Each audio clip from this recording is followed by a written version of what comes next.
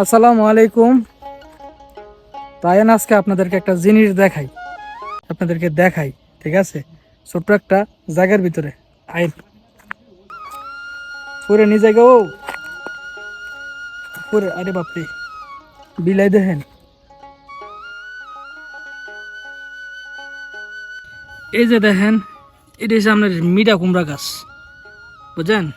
মিঠা কুমড়া গাছ লাগাইছি এনে কটা, মোটামুটি মাসাল্লাহ বড় হইতেছে, বুঝছেন? পানি টানি দেওয়া ওই দেখেন 5 টান হয়েছে, ওখান থেকে পানি দেওয়া হয়। এটা হইলে মিঠা কুমড়া। আমি লই যেতেছি আপনার লাল শাক দেখাই।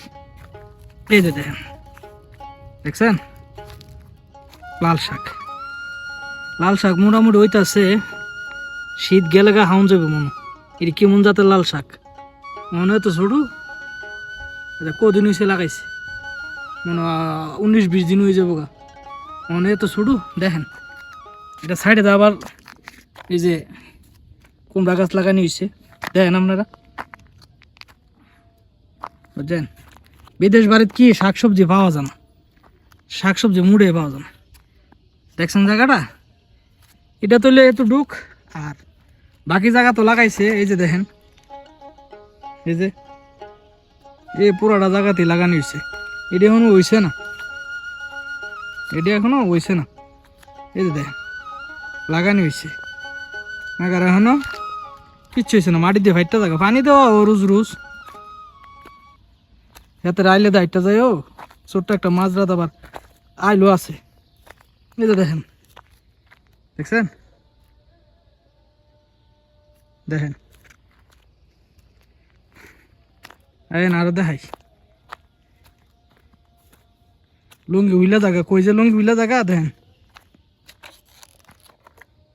দেখছেন গরিবের মাজরা শাকটি যদিও দেখবেন শাক কি জানো কয়, এত বড় হইতে দিত না।